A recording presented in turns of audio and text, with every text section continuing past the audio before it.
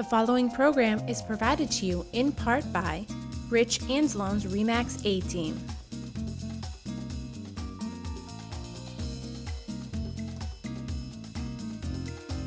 And the Marlboro Regional Chamber of Commerce.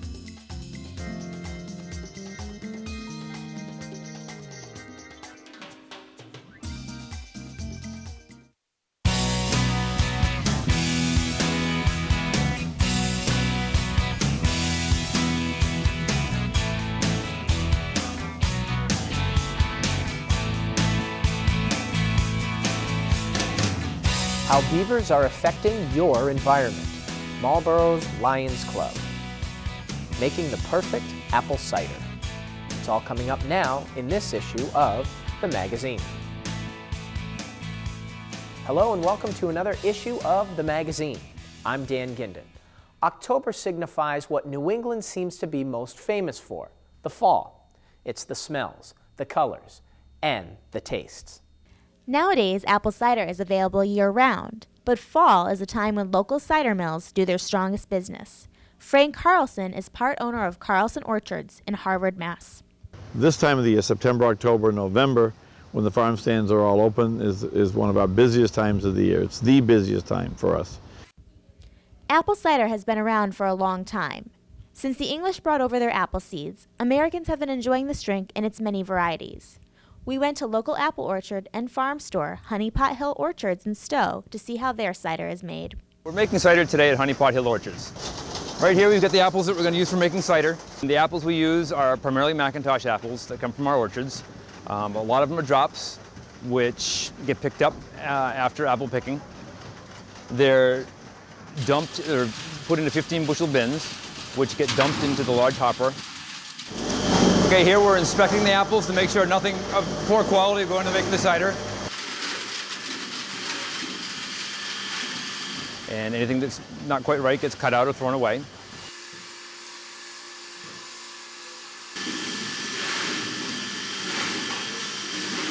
After that, they get washed and scrubbed up real good. They go through the elevator, up the elevator, to where they're ground up into a nice mash, kind of like mashed potatoes. And from there, they're pumped over to where the actual layers of what we'd call pulp or pumice are built up, about 2 inches thick, and about 15 layers are built up.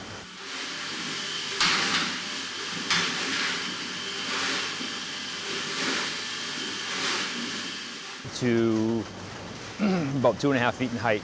After that's finished, it gets rolled over and squeezed out at 2,500 pounds pressure, which yields about 50 gallons of juice per, I should say cider, per bin of apples. From there it goes into refrigerated tanks. It will be chilled down to about 35 degrees and then it'll be bottled.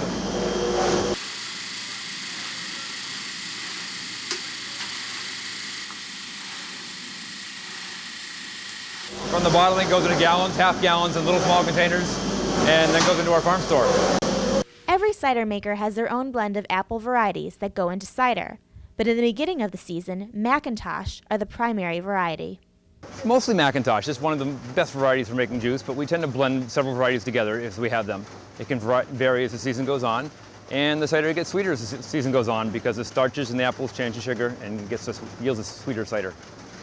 At both Carlson Orchards and Honey Pot Hill Orchards, apples go through an inspective and cleaning process before pressed. But the two orchards differ in the way they treat their cider before it goes for sale. Honey Pot Hill Orchards treats the cider with UV rays, while at Carlson, the cider is pasteurized. Because we pasteurize our cider, we're very busy doing ciders for other small farms that they couldn't justify a pasteurizer for their smaller operations and more seasonal operations, where we make cider year-round. In addition to pasteurizing their cider, Carlson Orchards also offers 2 labels, including one that contains preservatives. However, since most cider's preservative-free, it needs to be refrigerated as soon as possible. The shelf life of unpreserved cider is about 2 weeks.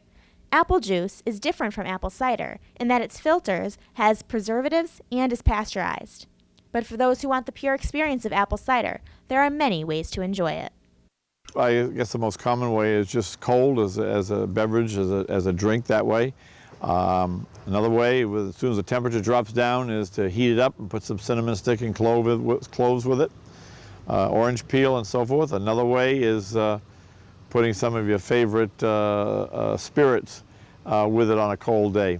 At this time of year, everyone goes crazy for cider donuts. Honey Pot Hill Orchards let us watch them make the donuts one recent morning.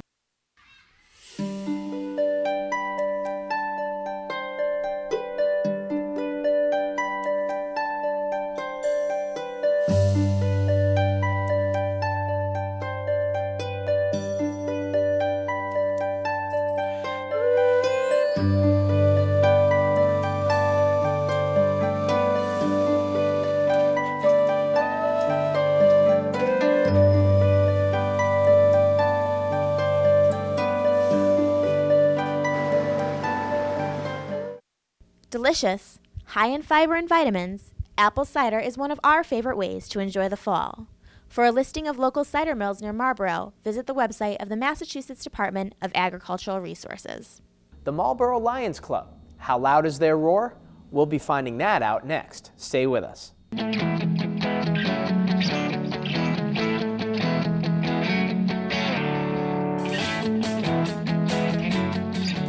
If somebody told me 10 years ago that I'd have a TV show, I would have thought they were crazy.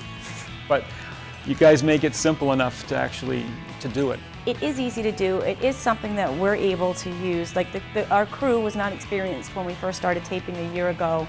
And now, I mean, you wouldn't know it when they walk in tonight to tape. It's like they've been, trained in a school to do this. The best thing about broadcasting in Marlborough is that you have a Marlborough audience and you're talking about Marlborough issues.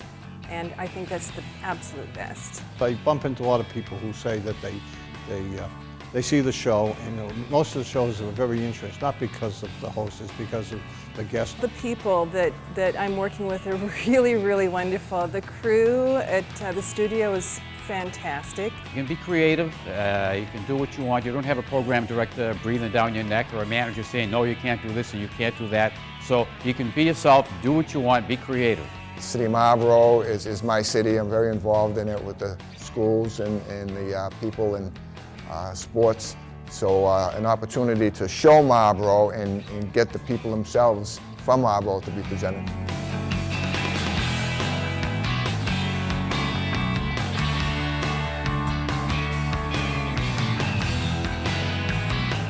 What's great about M8 is they teach you everything that you really need to know to produce a show. They showed us how to use all of the equipment, very helpful, very, very great people working here. The staff was very, very thorough in their effort to show you how to use the equipment and to explain the whole process. The training is interesting because we've been on a long time with a lot of people who work here. Most of the people who work here are very good. They give us the kind of support we need. Several times when I first started in broadcasting, a lot of the equipment was held together with baling wire and chewing gum. So it's great up here, everything's new, everything works.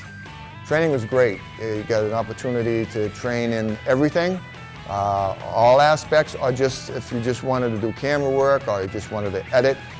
I was looking for all of it. So with all different types of equipment, different types of cameras, opportunities were there to get familiar with everything.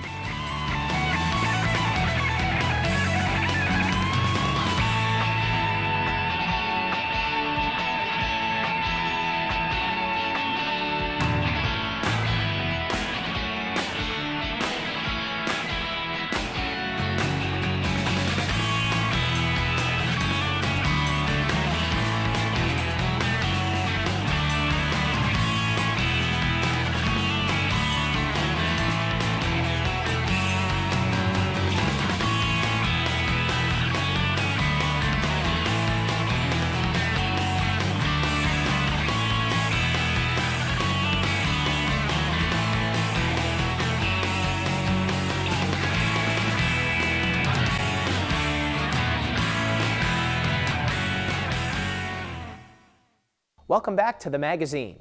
The Marlboro Lions Club has been a great help to the community over the years, and they have a lot of fun doing it too. Here is Kristen Doucette.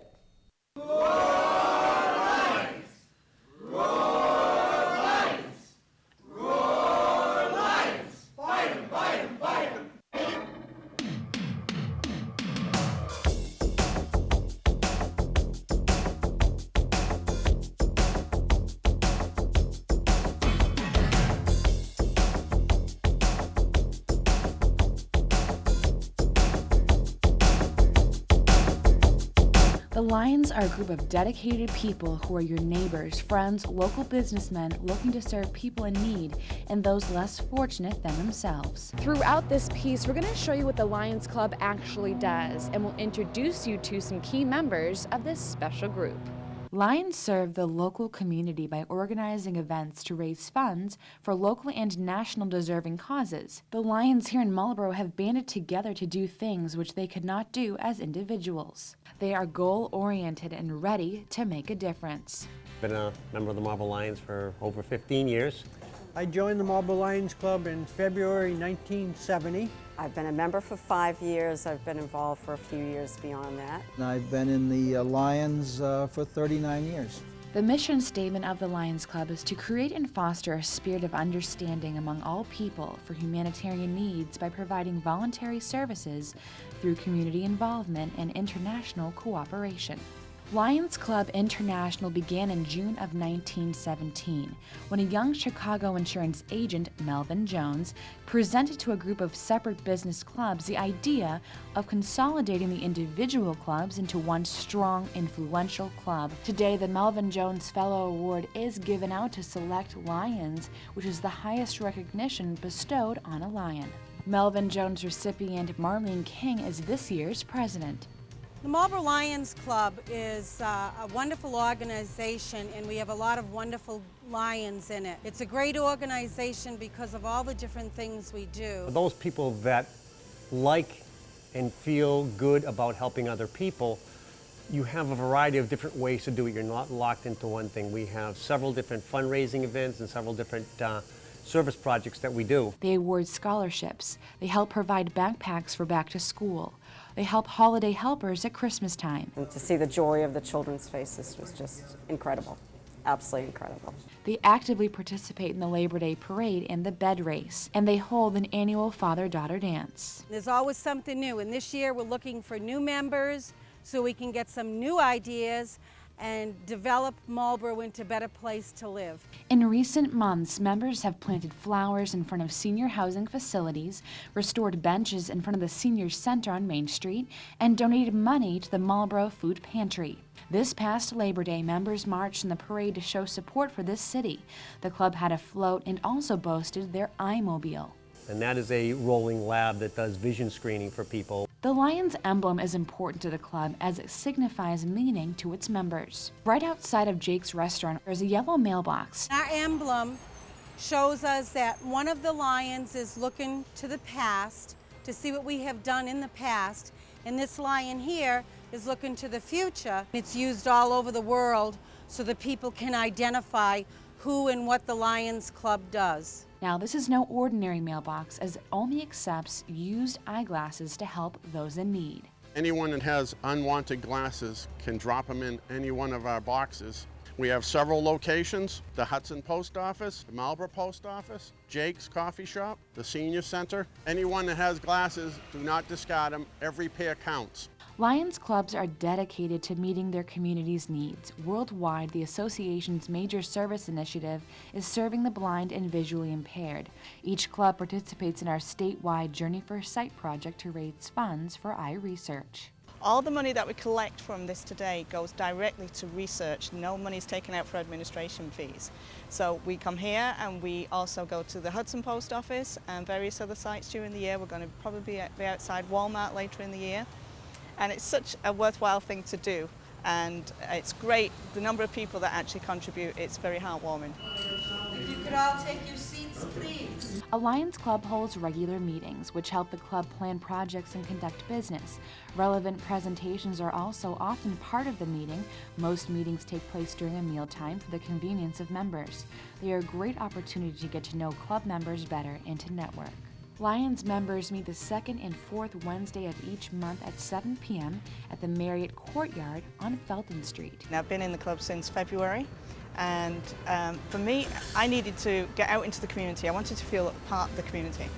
And so it's just great because I'm meeting so many new people. There is a one-time entry fee and modest yearly dues. Every Lion contributes what she or he can. Even if you can only give back in a little portion, you know, with service, it's just phenomenal. It's such an incredible feeling. It's so rewarding. Membership is by invitation only. All you have to do is tell a local Lion that you're interested in membership and want to attend a meeting or service project to learn more. It would be good if someone is interested in becoming a member to attend a meeting and look us over, see what we do, and maybe volunteer for some of the many events that we have that we put on in the city. Being a Lion is a great opportunity to get to know and develop personal relationships with people in your community. If you're a little afraid of expanding your horizons, it's a very safe place to do it. If your life isn't fulfilling, if you're feeling the rat race, and you want to make new friends, and you want to do something good for yourself and for the community, become a Lion. Today's Lions are women and men dedicated to making their communities better places to live. Contact any Lions member or call Charlie at 508-485-8986 for more information. Only you can make a difference in the community, so please contact us. So there you have it. We've shown you all you can be a part of. Now it's up to you to go get involved. I'm Kristen Doucette for The Magazine. When the magazine returns, we'll take you out into the wild with Rob O'Keefe.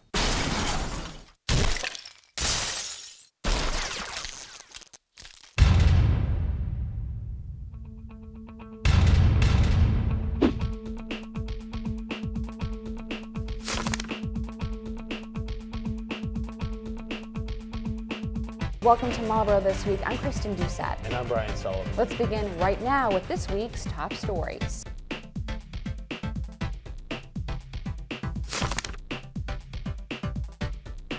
Right next door, you have the house boarded up. That's really not a direction I think anybody wants to go. Well, speaking about finances,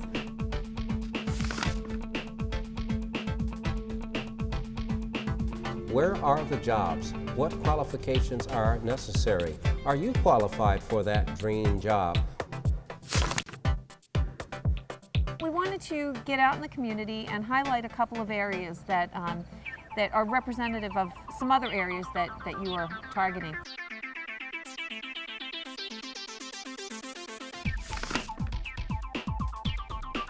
And I'm going to demonstrate to you how forceful that exhale is. And then you can hear him inhale right there. And do it one more time.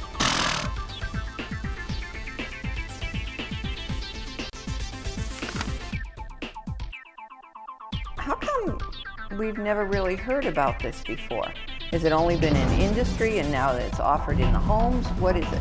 Well, quite frankly, it's been in industry for years. And I think this is a very, very interesting topic because my guess is that most men in our audience really don't know very much about their prostate gland. Wow. Wow, look at this place. He said, I've never been in here. And he said, I am totally shocked. I haven't seen this since I was, a little kid, going to a penny candy store and, they think it's great.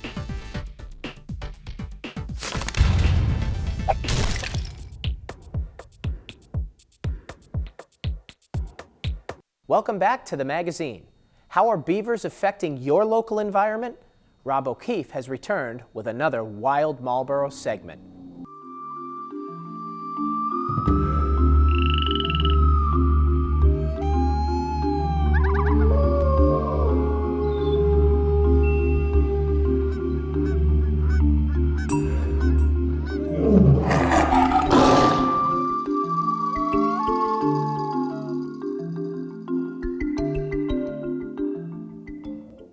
There's an old saying that goes, if a tree falls in a forest and no one is around to hear it, does it make a sound? I have no idea what that question means, and I'm not even going to attempt to answer it. But what I might be able to answer is why that tree may have fallen in the first place. Take a drive around Marlboro on any typical afternoon, and you'll see construction of all kinds. But there's some more construction taking place in our waterways that we humans have nothing to do with. Beavers are nature's architects. Aside from humans, they can change the environment around them like no other animal on the planet. Beavers have always been residents of New England and greater North America, but due to severe trapping, the beaver didn't even exist in Massachusetts from the 1700s to the 1900s. And it wasn't until the mid-1990s that Marlborough Conservation Officer Priscilla Ryder really started to keep track of how beavers were changing Marlborough's environment. Around the city, there exist multiple areas of beaver activity. It's believed that beavers first made their homes in the northern parts of the city and have been steadily multiplying and moving east and south ever since. Let's first visit Howe Pond, right off of Bigelow Street, one of the first places beavers began to take up residence in Marlborough. So 15 years ago, I spotted the first beavers that we were troublesome in Marlborough here. Just down the stream, they were blocking off the culvert. And then, you know, they've come back after the last couple of years. So this is a pretty big beaver area. And you can see behind me is the remnants of the dam that they built. And it was built up here, and the water was maybe 4 or 5 feet higher. And it flooded Howe Pond quite a bit. In the background, you'll see a lot of dead trees that were flooded. And some trees can withstand some water in their root systems, inundation, but not a significant amount. So there's quite a few dead trees in here that are a result of the flooding that occurred. So why do beavers flood out land? Beavers are clumsy on land. They move much more gracefully in the water. So by raising the water level around them, they are able to reach their favorite foods much easier, as well as escape from predators. Instinctively for a beaver, the sound of running water is like nails on a chalkboard. They will do whatever they can to stop it. If you took a little baby beaver and you stuck it in a bathtub that was full of water and you opened the plug and the water started running out, that beaver would take everything, like borrow soap, toothbrushes, whatever they could get their hands on or their little paws on, and stuff that drain. So the instinct is there to, like, running water, get rid of it. So does that mean that where we find running water, we will also find beavers? In order to find out, let's go to Marlborough's biggest piece of running water, the Assabet River. Hop in your canoe or kayak and take a look around. You'll see evidence of beaver life all over the place. Downed trees, gnawed off limbs, and abandoned beaver huts were just some of the first signs we spotted. At this point in the river, it looks like these beavers bit off a little more than they could chew. But not much farther down the river, we came across an area the beavers had found much more manageable. This is a little tributary that's coming back out from the Sepulchre site, which is building a new building. And the beavers have come and gone from this site a couple of times. When I was out, when they were first starting to build, they weren't here. But apparently they are back because this dam is showing you how much, how they're building their dam to back up the water. And in this case, I think we have about a 4-foot dam, or 3 feet at least. So the water in back is 3 feet higher than it would normally be. So it's definitely backing up and creating an area that the beavers can swim in. The beavers seem to find this a nice location, and perhaps it's because it's a good travel route from the river. I was out here the beginning of the year, and there was no beaver activity. The beavers had gone. So this is this summer's activities. And there's a little water coming through it, so it may not be as active as I first thought when I looked at it. Usually they don't let any water come through, but they do tend to, manage them and go downstream, and they may come back and fix it periodically. This spot is good. It has lots of little trees. I'm surprised that they're back so soon. Usually they wait for the trees to grow back up and have a food source, but clearly there's enough of a food source to give them sustenance, so they're damming it up so they can swim up the channel and find some trees. They like mainly poplars and birch. Those are their favorite foods. They will eat maples, etc., but they really like poplars and birch the most. When beavers find an area with an abundance of the food they like, they will terrace back the waterway, creating multi-tiered pools instead of leaving the site and traveling to another river or stream. And you can see the water level difference, and this is exactly why they terrace it, so that they can have the water flow back even further and flood another area. And you can see we're maybe 3 feet above the water level below, and this dam is pretty active. It's been here for a while, obviously, because it had some grass growing on it. And we've had some significant storms, so the fact that this hasn't blown out is pretty amazing to me, which means that they're probably somewhat active. So we've seen active beaver dams, but how about active beaver homes? Where do they live when they are not working? For that, we visited the Cider Knoll Conservation Site off of Concord Road, where we spotted a beaver hut in perfect working order. Aside from providing shelter from the elements, the hut also keeps predators away, as the entrance can only be reached from below the water. With the amount of effort and dedication it takes to build an intricate marvel of engineering such as this, you would think that people wouldn't mind having a few beavers as their neighbors. Not so much.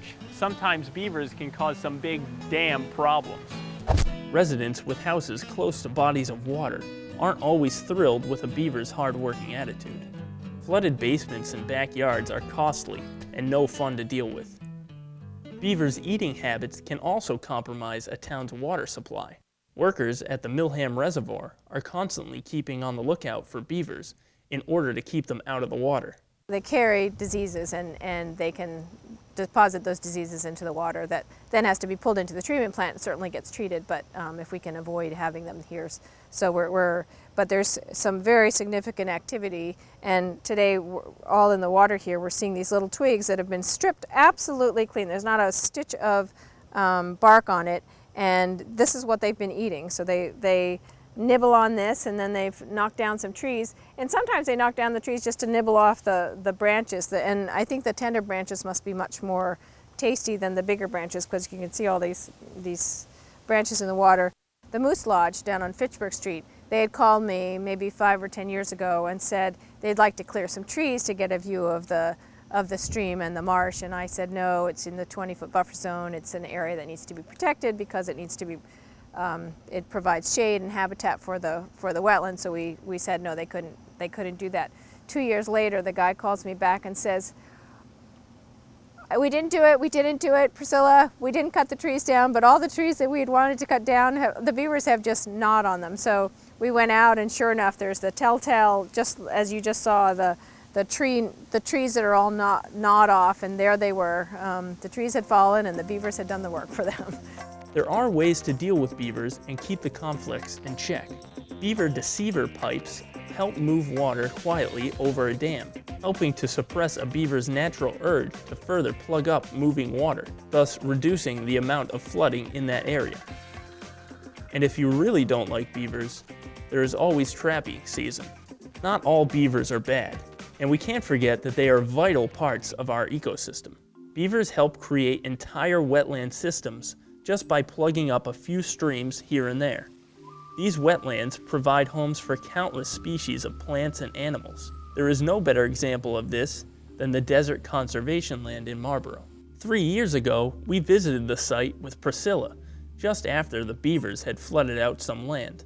What initially looked like a dead tree wasteland then has now developed into a lush wetland filled with life. Turtles, frogs, and so many other plants and animals now thrive in this area thanks to the hard work of nature's architect, the beaver. For the magazine, I'm Rob O'Keefe. We want to let you know that Wild Marlboro will become its own show on WMCT-TV in January. Check out our website for more information as we get closer to the end of the year. Please feel free to contact us if you have any story ideas or suggestions for this program. We are always listening. For all of us here at WMCT-TV, I'm Dan Ginden. We'll see you in the next issue.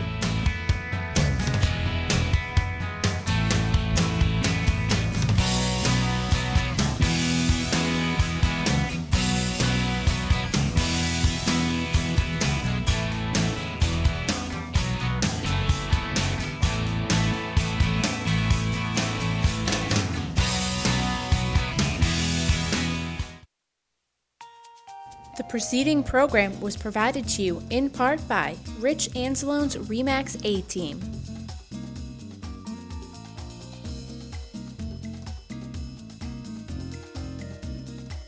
And the Marlborough Regional Chamber of Commerce.